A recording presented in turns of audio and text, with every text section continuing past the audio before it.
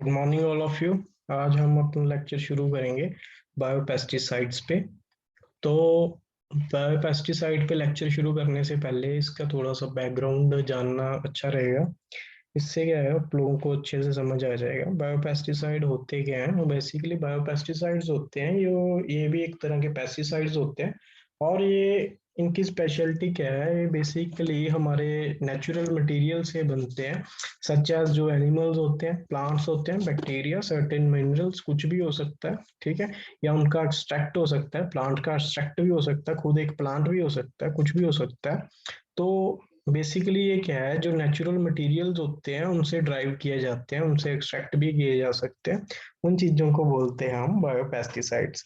इनमें क्या होता है, जो केमिकल फॉर्मेशन होती है वो इतनी ज्यादा टॉक्सिसिटी नहीं होती इनमें। ठीक है, ये इंसेक्ट को भगाते जरूर है, पर ये टॉक्सिसिटी लेवल होता है इनमें इतना ज्यादा नहीं होता। ठीक है, केमिकल्स का, स्पेशली केमिकल्स मैं बोल रहा हूँ क्योंकि केमिकल्स इसमें बड़े नहीं यूज होते।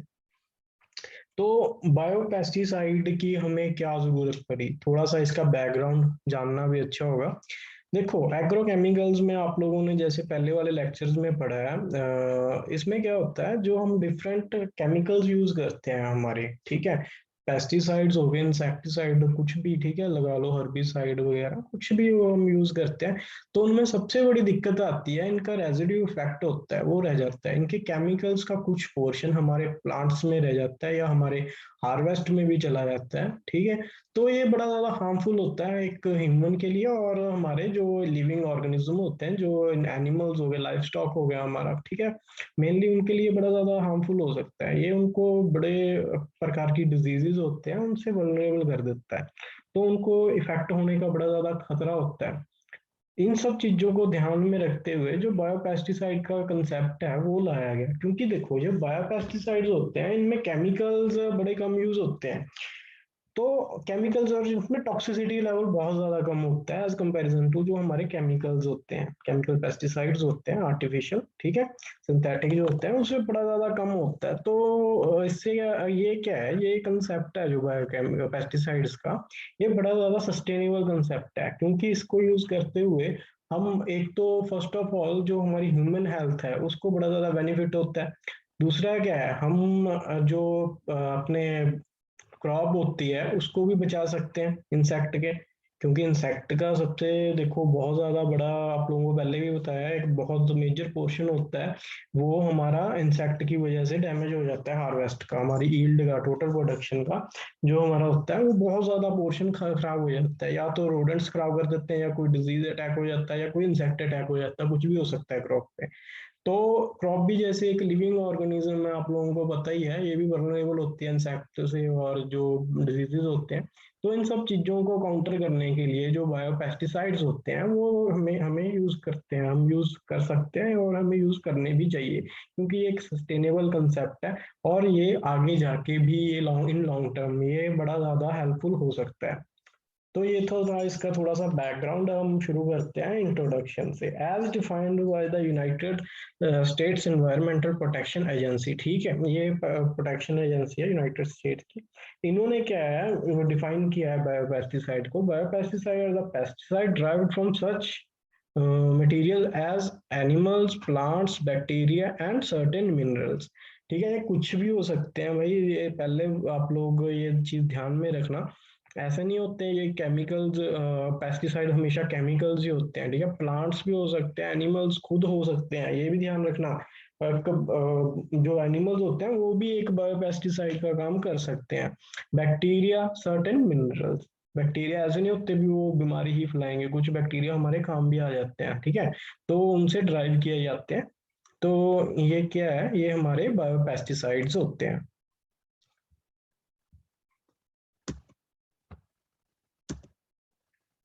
तो आगे हम पढ़ेंगे इसके टाइप्स क्या क्या हो सकते हैं, जो बायोपेस्टिसाइड्स होते हैं इनके टाइप्स क्या हो सकते हैं। तो पहले तो आप लोगों को ये पता होना चाहिए, ये जो बायोपेस्टिसाइड्स होते हैं ये हमारा जो इंटीग्रेटेड पेस्ट मैनेजमेंट है इसमें एक बड़ा ज्यादा इम्पोर्टेंट रोल प्ले करते हैं। ठीक है, ये मतलब प्रेडेटर भी हो सकते हैं और केमिकल रिलेशनशिप को भी एसोसिएट कर सकते हैं। तो इनका क्या है, ये जो हमारे इंसेक्ट होते हैं या पेस्ट होते हैं, ठीक है, ये उनमें डिस्टरबेंस क्रिएट करके भी एक अपना काम कर सकते हैं, या उनको रिपेल भी कर सकते हैं और अट्रैक्ट भी कर सकते हैं। ये चीज भी ध्यान रखना, ये अट्रैक्ट भी करते हैं। अट्रैक्ट कैसे करते हैं? ये जो हमारे ट्रैप्स होते हैं, ठीक है, इंसेक्ट को ट्रैप करने के लिए, तो उनमें क्या है, हमें अट्रैक्ट करने वाले चाहिए होते हैं। तो इससे क्या है, ये अट्रैक्ट भी कर लेते हैं। अगर अट्रैक्ट ना करेंगे तो ऑब्वियस सी बात है, हम उनको कैसे पकड़ पाएंगे इंसेक्ट्स को, ठीक है। तो ये सब चीजें होती हैं। इनमें नेमाटोड्स वगैरह भी आ जाते हैं, ठीक है। ये एक बड़ा ज्यादा, आप लोगों को फिर बता रहा हूँ, इंटीग्रेटेड पेस्ट मैनेजमेंट में जो प्रोग्राम्स होते हैं, ये बड़ा ज्यादा एक अच्छा रोल प्ले करते हैं।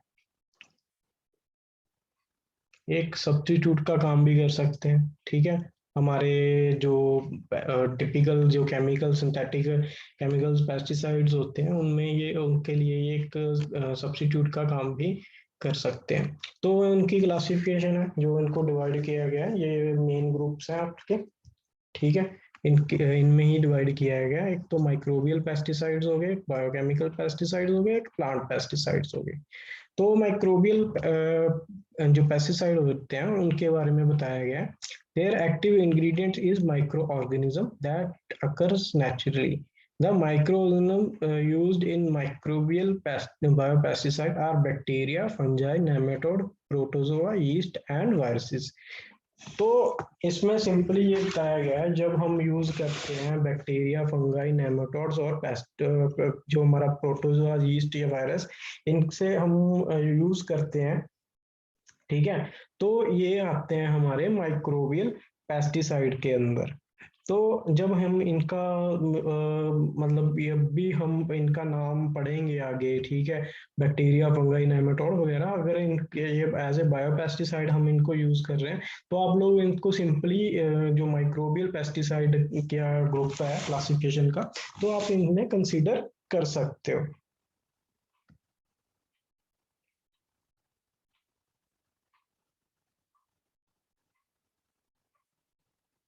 फिर आते हैं भाई हमारे बायोकेमिकल पेस्टिसाइड। इसके बारे में बताया गया, naturally occurring substances that control pest by non toxic mechanism, ठीक है। जो नेचुरली देखो अकर करने वाले बहुत सारे होते हैं, जैसे कि हमारा नीम ऑयल हो गया, या हमारे एसेंशियल ऑयल्स हो गए, ठीक है, जो नेचुरली अकर होते हैं। तो ये क्या करते हैं, कंट्रोल करते हैं पेस्ट को बाय नॉन टॉक्सिक मैकेनिज्म।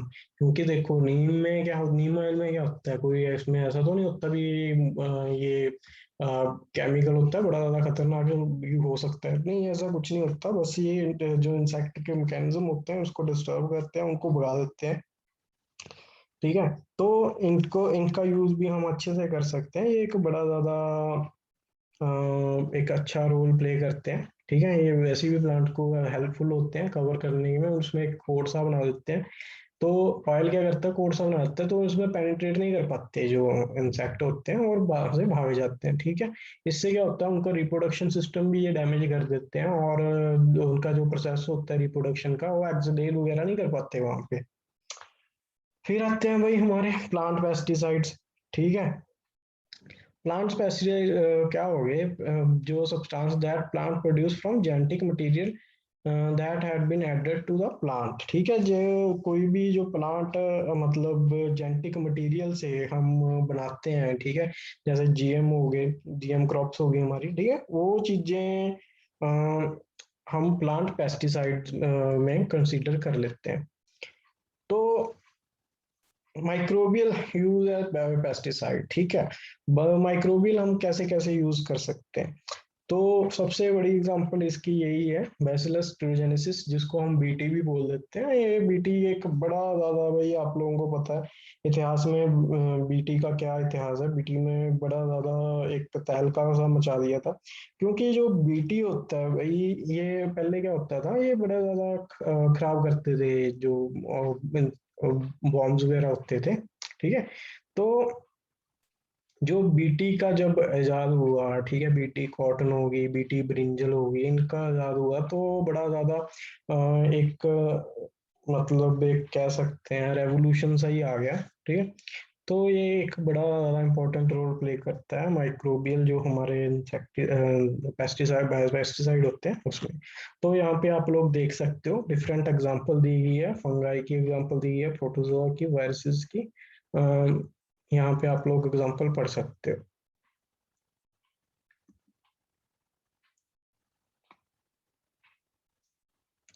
तो माइक्रोबियल जो कैरेक्टरिस्टिक्स होते हैं, ठीक है, उनके यहाँ पे समरी दी हुई है अभी कैसे कैसे ये काम करते हैं। तो पहला करेक्टरिस्टिक्स आता है हमारा भाई टाइम टू किल।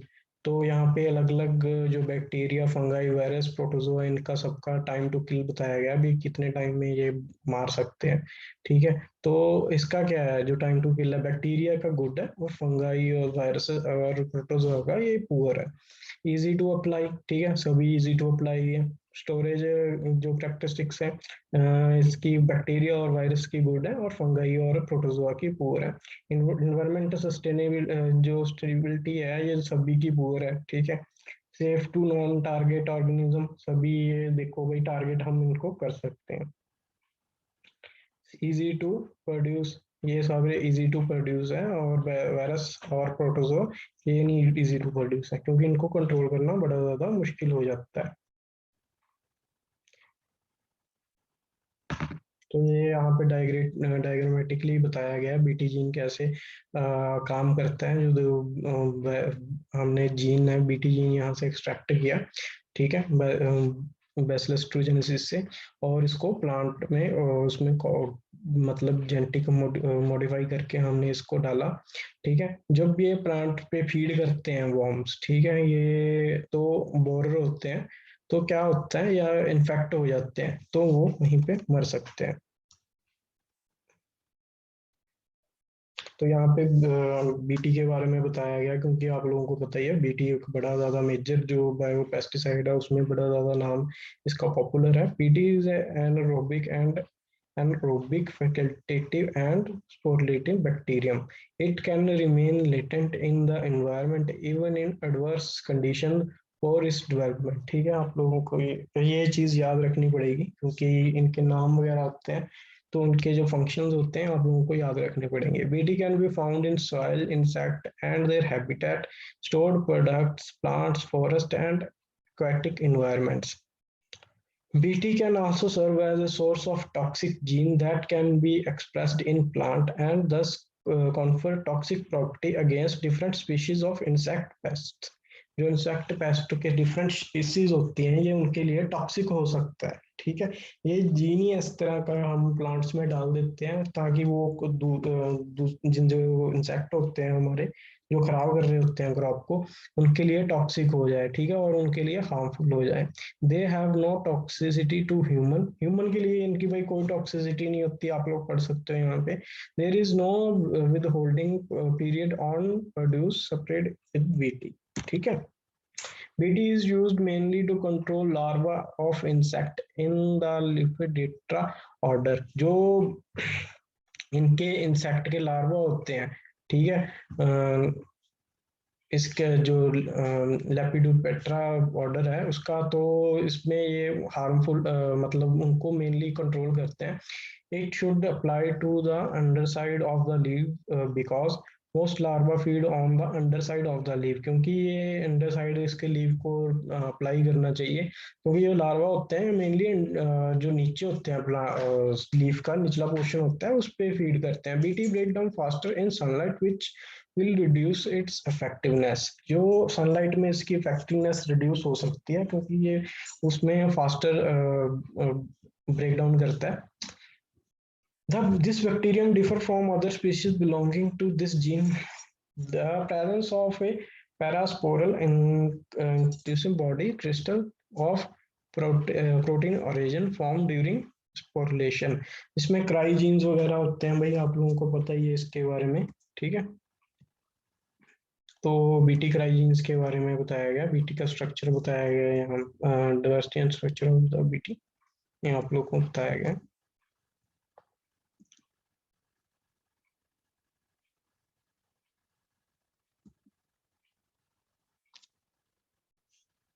ये देखो आप लोग यहाँ पे डायग्रामेटिकली यहाँ पे देख सकते हो जो बीटी का मोड ऑफ एक्शन है वो कैसे एक्शन करता है।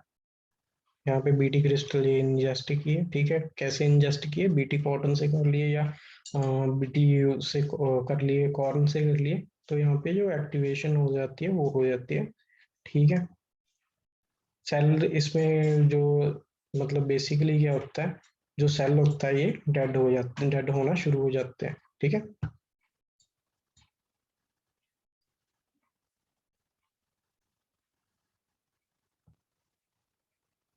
यहाँ देख सकते हो बीटी प्लांट्स की एग्जांपल दी गई है, उनके डायग्रामेटिकली दिखाया गया है। ये बीटी वैसे बेसिकली उसमें बड़ा ज़्यादा मशहूर है, कॉटन में और ब्रिंजल में। एडवांटेज क्या क्या हो सकती हैं बीटी की, ठीक है।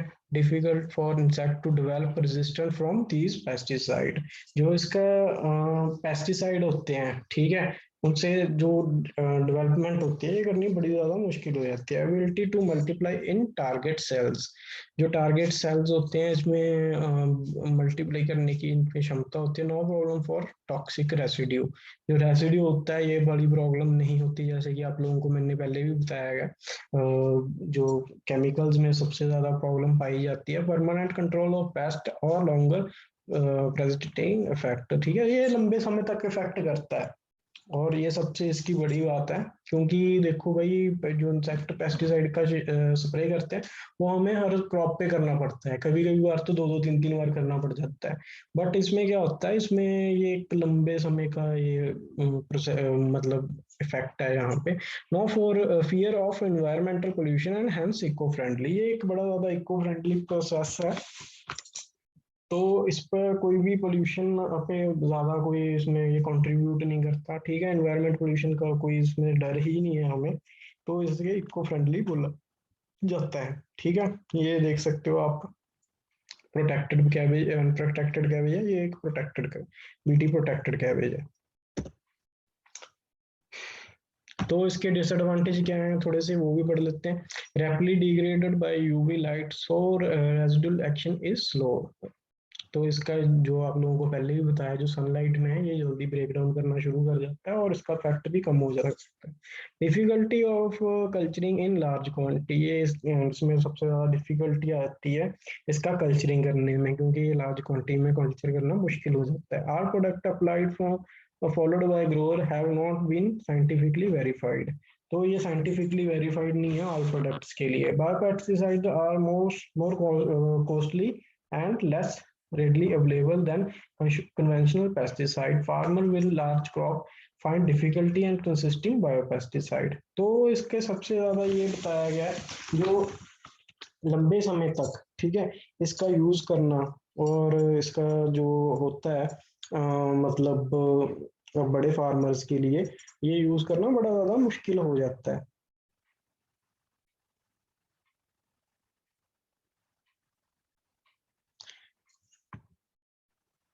तो ये थे इसके कुछ एग्जांपल, हम और भी आगे इसके पढ़ते हैं। जो बायोपेस्टिसाइड्स होते हैं, ठीक है, इसमें भाई सबसे बड़ी प्रॉब्लम आती है कनोला, जो वेजिटेबल ऑयल्स होते हैं वो भी यूज किया जाता है, कनोला ऑयल जो होता है वो भी यूज किया जा सकता है।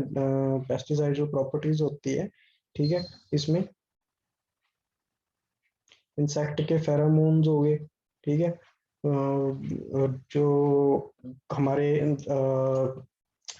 एनिमल जो नेचुरल इंसेक्ट होते हैं, जो उसके एनिमीज होते हैं, वो भी हम बायोपेस्टिसाइड की तरह यूज कर सकते हैं हम इसको।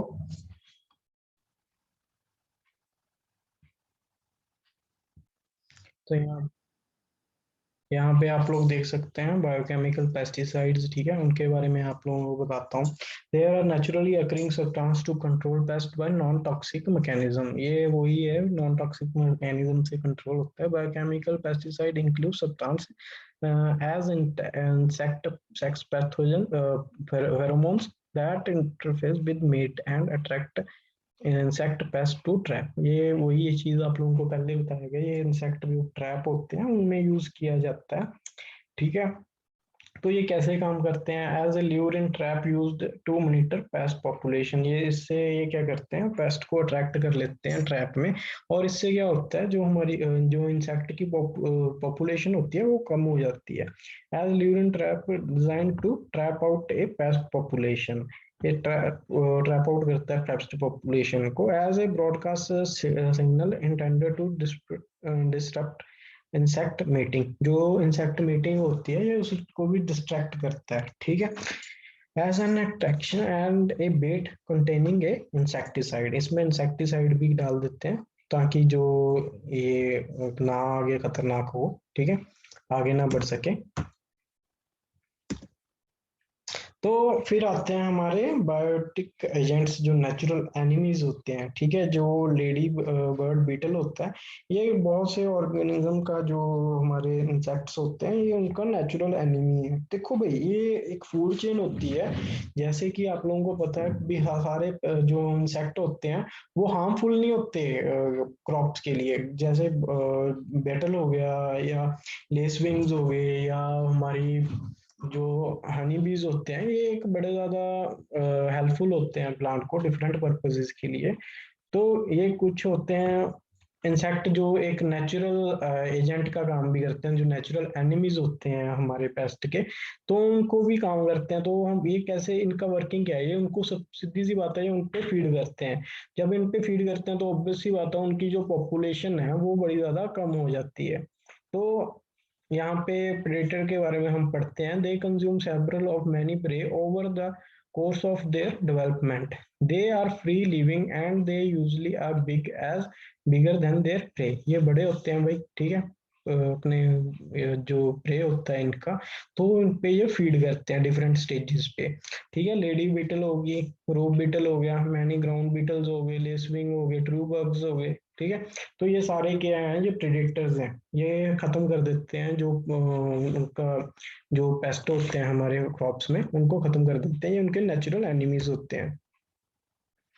तो पैरास्टॉइड्स के बारे में बताया गया है। पैरास्टॉइड्स क्या होते हैं? Parasitoid almost the same size as their host. इनका साइज सेम होता है।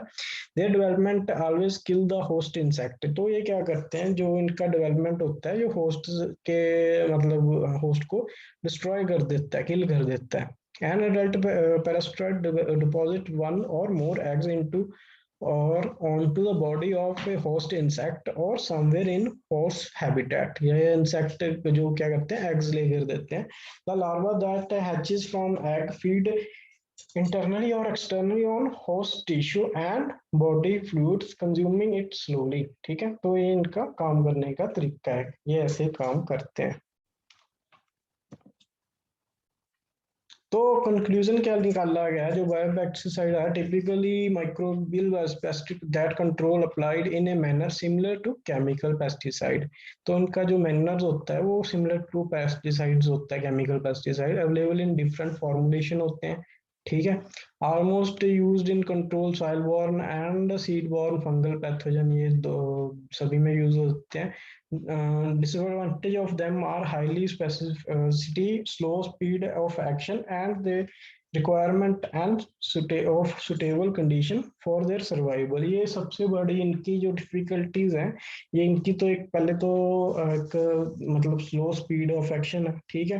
तो रिक्वायरमेंट जो होती है, सुटेबल कंडीशन होती है, ये सारी चीजें इनके डिसएडवांटेज के रूप में आती हैं, ठीक है। और इनकी कुछ और डिसएडवांटेजेस भी हैं जो आप लोगों को मैं बताना चाहता हूँ।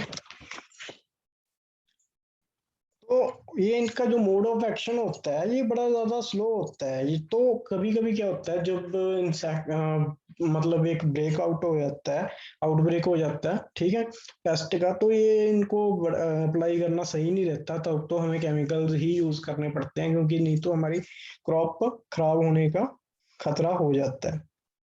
तो इन पे जो एबॉयोटिक और बायोटिक फैक्टर होते हैं, उनका भी बड़ा ज़्यादा मुश्किल हो जाती है कभी कभी उनको कंट्रोल करना। इनके लिए इन्वायरमेंट भी चाहिए, सही चाहिए, ठीक है। और इनमें और भी दिक्कतें आती हैं, इनको एक्सट्रैक्ट करना भी मुश्किल हो जाता है, ठीक है। जो एक लार्ज मतलब फार्म हम लगा रहे हैं, तो वहाँ पे इनकी मैनेजमेंट भी डिफिकल्ट हो जाती है। तो इसमें क्या है, एंड में हम यही कहना चाहते हैं, जो बायोपेस्टिसाइड होते हैं बेसिकली ये बड़े ज़्यादा इफेक्टिव होते हैं और अच्छे भी होते हैं एज कंपैरिजन टू जो हमारे केमिकल पेस्टिसाइड और इंसेक्टिसाइड होते हैं। तो इनकी मदद से हम क्या कर सकते हैं, इनकी मदद से हम अच्छे से कंट्रोल कर सकते हैं। इंटीग्रेटेड पेस्ट मैनेजमेंट का ये एक अच्छा पार्ट है, बड़ा ज़्यादा इम्पोर्टेंट पार्ट है।